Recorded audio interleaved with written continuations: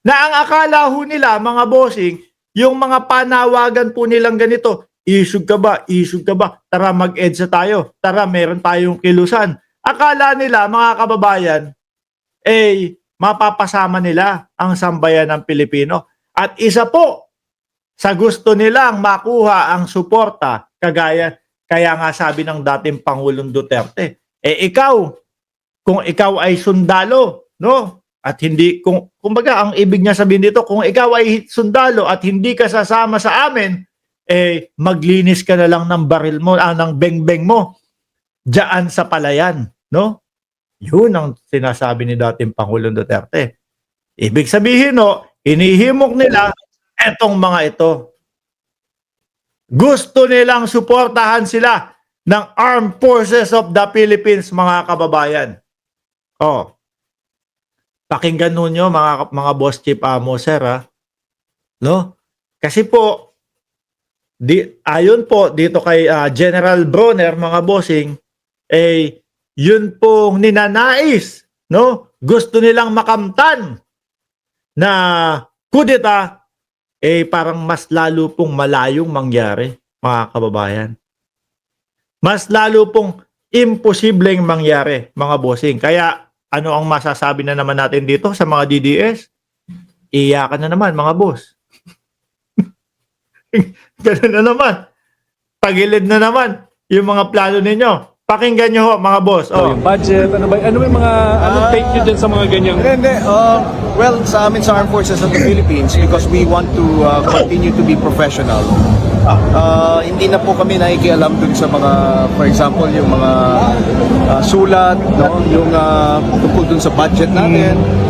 Siguro kasi, mga bossing, etong mga DDS, gagamitin nila, tinapyasan kayo ng budget, etc., ganito, ganyan. Umano na kayo, sumama na kayo sa amin, no? Pabagsakin na natin ang gobyerno ito. Kaso po, mga bossing, professional po sila at malaki po ang tiwala nila sa ating Pangulo, no? Sabi nga ng Pangulo, hindi muna pipirmahan yung budget. Revisahin muna lahat. Because anyway, the President said that he is going to go over the budget. Okay. He promised, in fact, he was supposed to sign the budget into law today.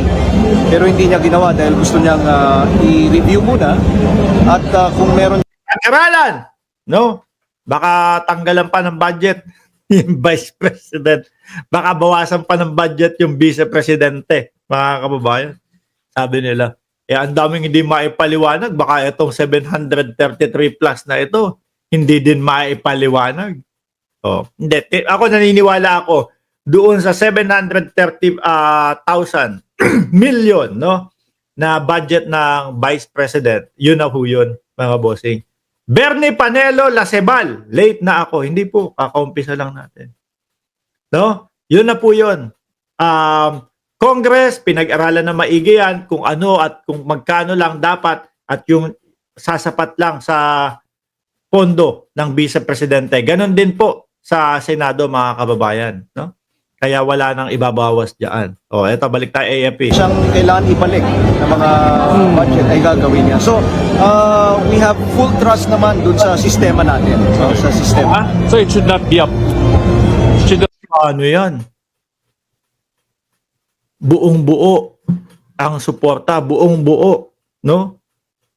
Na naniniwala ang AFP sa sistema. Be a source of discontent sa ayan. forces, mga babang moral, hindi dapat, no? Hindi naman kailangan maging source of discontent or even concern ito.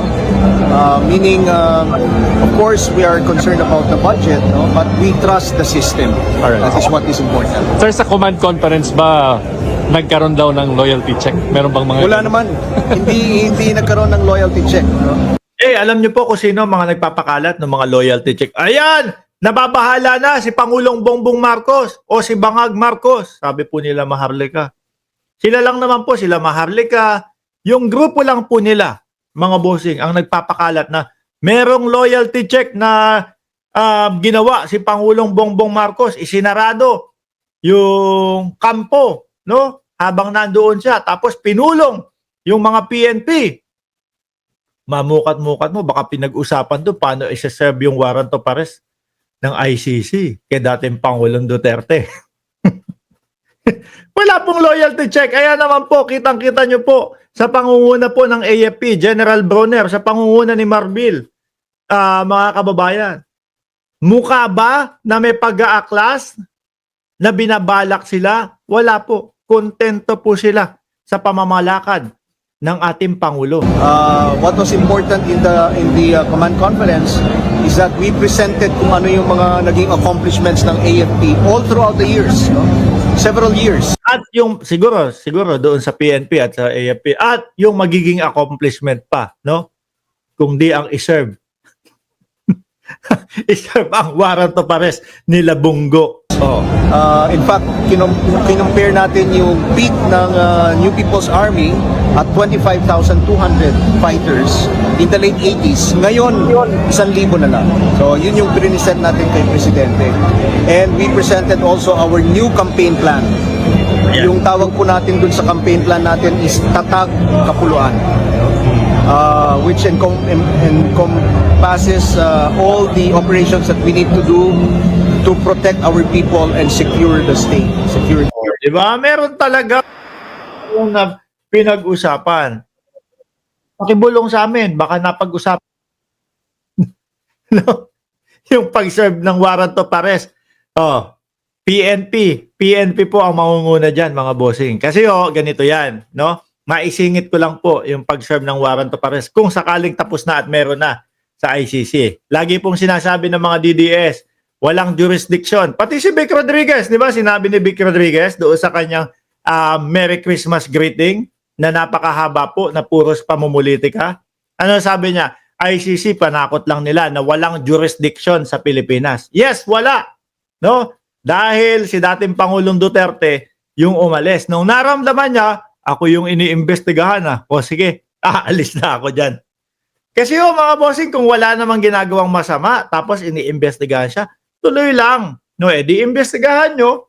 O, kung may mapala kayo, ang ganda-ganda at ang ayos-ayos ng aming ginagawa sa Pilipinas. Hindi. Rektahan. Umalis sa connection ng ICC. Mga bossing.